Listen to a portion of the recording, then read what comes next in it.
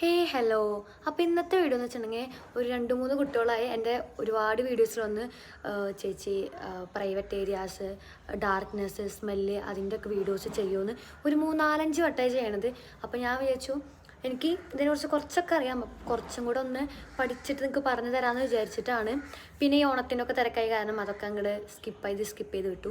പിന്നെ എന്തായാലും ഞാൻ ആ വീഡിയോ ആണ് എടുക്കണത്. കാരണം ആ 2 കുട്ടികൾ ഒരുപാട് വട്ടമായി എൻ്റെ കമൻറ്റ് ബോക്സിൽ വന്ന് പറഞ്ഞുകൊണ്ടിരിക്കണത്. അപ്പോൾ എന്തായാലും നമ്മൾ ചെയ്യണമല്ലോ എന്ന് വിചാരിച്ച് ചെയ്യണതാണ്. പക്ഷെ ഇതിനെക്കുറിച്ചൊക്കെ ഇത്രയും എന്താ പറയുക ടെൻഷൻ അടിക്കുന്ന കുട്ടികളുണ്ടെന്ന് പറയുന്നത് ഇങ്ങനെ കമൻറ്റ്സ് വരുമ്പോഴാട്ടോ. ഇപ്പോൾ നമ്മുടെ അവിടെ ഈ സ്മെല്ല്, ഡാർക്ക്നെസ് ഒക്കെ സത്യം പറഞ്ഞാൽ നോർമലാണ്. അത് കൂടുതലാവുമ്പോഴാണ് പ്രശ്നമുള്ളത്. ഇപ്പം എല്ലാവർക്കും ഉള്ളതാണ് ചെറിയ തരത്തിലുള്ള സ്മെല്ലും ഡാർക്ക്നെസ്സും ഒക്കെ പ്രൈവറ്റ് ഏരിയാസ് അഥവാ വെജൈന പാർട്സിലൊക്കെ.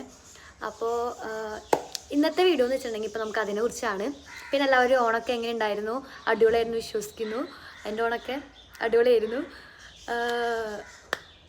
അപ്പോൾ നമുക്ക് വീഡിയോയിലോട്ട് പോവാം. ഇപ്പോൾ ഇങ്ങനെ ഈ ഡാർക്ക്നെസ്, ബാഡ് ഓർഡറൊക്കെ ഉണ്ടാവാനുള്ള കാരണം എന്ന് വെച്ചിട്ടുണ്ടെങ്കിൽ ഒന്ന് ഹൈജീൻ ഇല്ലാതിരിക്കുക, അല്ലെങ്കിൽ ഭയങ്കര ഓവർ ഹൈജീനായിട്ട് എന്താ പറയുക ഭയങ്കര ഇൻറ്റിമേറ്റ് വാഷസ് അല്ലെങ്കിൽ സോപ്പ് അല്ലെങ്കിൽ പെർഫ്യൂംസൊക്കെ യൂസ് ചെയ്ത് നമ്മുടെ ഈ പ്രൈവറ്റ് ഏരിയാസിൽ യൂസ് ചെയ്യുന്നത്. അങ്ങനെ നമ്മൾ ഒരിക്കലും യൂസ് ചെയ്യേണ്ട ആവശ്യമില്ല. നമ്മുടെ വെജൈന അല്ലെങ്കിൽ നമ്മുടെ പ്രൈവറ്റ് പാർട്സ് എന്ന് പറയുന്നത് സെൽഫ് ഓർഗനാണ്, സെൽഫ് ക്ലീനിങ് ഓർഗനാണ്. അത് സ്വയമായിട്ട് തന്നെ ക്ലീൻ ചെയ്ത് പോയിക്കോളൂ. ഇപ്പം നമ്മൾ ഭയങ്കരമായിട്ട് ഉരച്ച് കഴുകേണ്ട ആവശ്യമോ അല്ലെങ്കിൽ ഭയങ്കര പതിയുള്ള സോപ്പ് യൂസ് ചെയ്യുകയോ സ്മെല്ലുള്ള സോപ്പ് യൂസ് ചെയ്യേണ്ട ആവശ്യമൊന്നുമില്ല. അതൊരു സെൽഫ് ക്ലീനിങ് ഓർഗനാണ്. രണ്ടാമത്തെ വെച്ചാൽ നമ്മുടെ ഒരു pH ബാലൻസ് ഉണ്ട്, അല്ല pH വാല്യൂ ഉണ്ട്. 3.8-നും 5-നും ഇടയിലാണ് നമ്മുടെ എന്താ പറയുക pH വാല്യൂ നിൽക്കേണ്ടത്. കൂടാനും പാടില്ല, കുറയാനും പാടില്ല. ഇനിയിപ്പോൾ ഇതെങ്ങനെയാണ് നോക്കേണ്ടത് അങ്ങനെയൊക്കെ ഒരു ഡൗട്ട് ഉണ്ടാവും. ഇപ്പോൾ നമ്മുടെ ഫ്ലിപ്കാർട്ടിൽ, ആമസോണിലുള്ള അങ്ങനെയുള്ള സൈറ്റിലൊക്കെ ഈ pH വാല്യൂ നോക്കേണ്ട സ്ട്രിപ്സ് കിട്ടും. അപ്പോൾ അതൊന്ന് നിങ്ങൾ മേടിച്ച് ചെക്ക് ചെയ്ത് നോക്കി നോക്കും. ഇപ്പോൾ നിങ്ങൾക്ക് അത് കിട്ടിയില്ലെന്നുണ്ടെങ്കിൽ ജസ്റ്റ് കമൻറ്റ് ബോക്സിൽ പറഞ്ഞാൽ മതി, ഞാൻ അതിൻ്റെ ലിങ്ക് ഇട്ടേക്കാം കേട്ടോ. എന്തായാലും pH വാല്യൂ നോക്കുന്ന സ്ട്രിപ്സ് എന്ന് പറഞ്ഞാൽ മതി.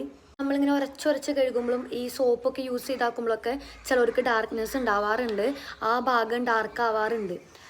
അല്ലെങ്കിൽ ചിലവരുടെയൊക്കെ ഹോർമോണിൻ്റെ പ്രകൃതി അനുസരിച്ച്, ശരീരപ്രകൃതി അനുസരിച്ചാണ് അവിടെ ഡാർക്ക്നെസ്സൊക്കെ വരാറുള്ളത്. എന്നാൽ അണ്ടർ പാൻസ്, അങ്ങനെയുള്ള പാൻറ്റീസ് ഇതൊക്കെ ചിലരിപ്പോൾ മഴക്കാലമൊക്കെ ആയിട്ടുണ്ടെങ്കിൽ ഉണങ്ങിയില്ലെങ്കിലും നനഞ്ഞിട്ട് പോകാറുണ്ട്. പക്ഷെ ഒരിക്കലും നിങ്ങൾ അങ്ങനെ ചെയ്യരുത്, ഉണങ്ങിയത് മാത്രം ഉപയോഗിക്കുക. പിന്നെ കുറേ പേര് എന്താ പറയുക പോളിസ്റ്ററൊക്കെ പോലത്തെ അങ്ങനെ കുറേ വലയൊക്കെ പോലത്തെ ഇങ്ങനെ അല്ലെങ്കിൽ എലാസ്റ്റിക്കൊക്കെ പോലത്തെ സംഭവങ്ങളൊക്കെ ഭംഗി കണ്ടിട്ട് മേടിച്ച് യൂസ് ചെയ്യാറുണ്ട്.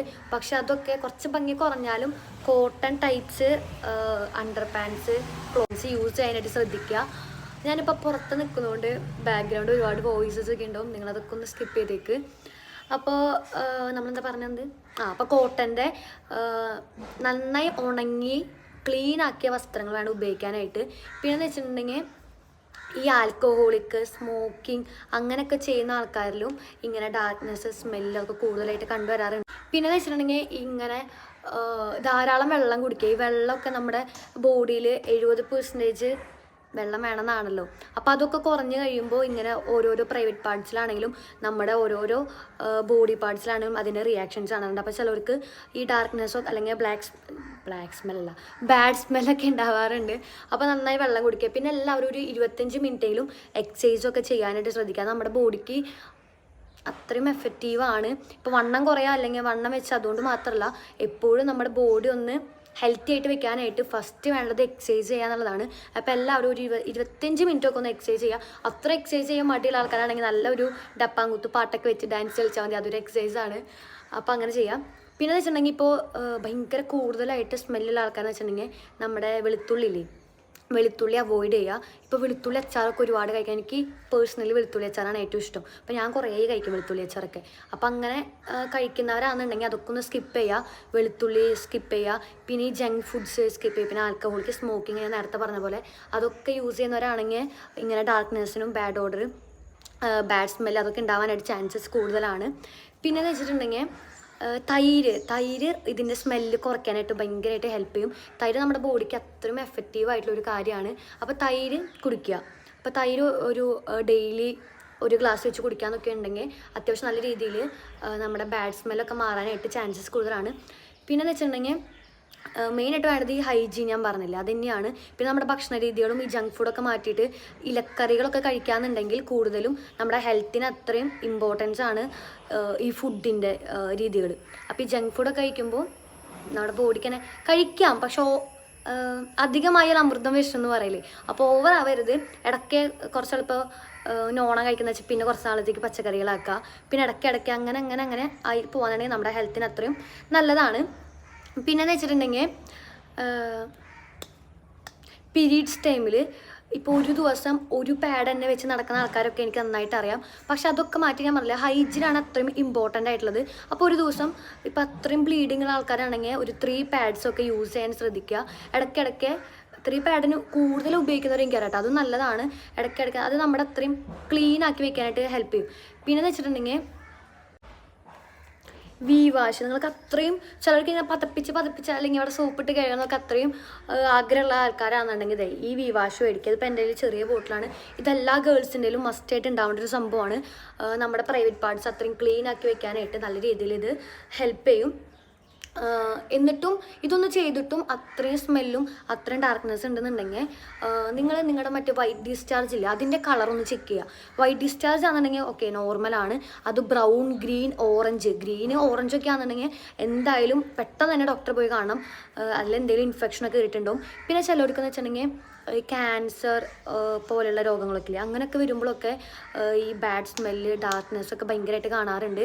അപ്പോൾ അതൊക്കെ ആ രോഗത്തിൻ്റെ ഇതായിട്ടാണ്. അപ്പോൾ നമ്മുടെ ഈ ഡിസ്ചാർജൊക്കെ മാറുന്നതനുസരിച്ച് നിങ്ങൾ പെട്ടെന്ന് തന്നെ ഡോക്ടറെ കാണണം. പിന്നെ ഈ വാഷ് എന്തായാലും യൂസ് ചെയ്യാൻ നോക്കാം. ഇത് എനിക്ക് യൂറിൻ ഇൻഫെക്ഷൻ വന്ന ടൈമിൽ ഡോക്ടർ റെക്കമെൻഡ് ചെയ്തതാണ് വാഷ് യൂസ് ചെയ്യുന്നുള്ളത്. അപ്പോൾ തൊട്ടാണ് ഞാൻ അത് യൂസ് ചെയ്യാൻ തുടങ്ങിയത്. ഇത് അടിപൊളിയാണ് കേട്ടോ.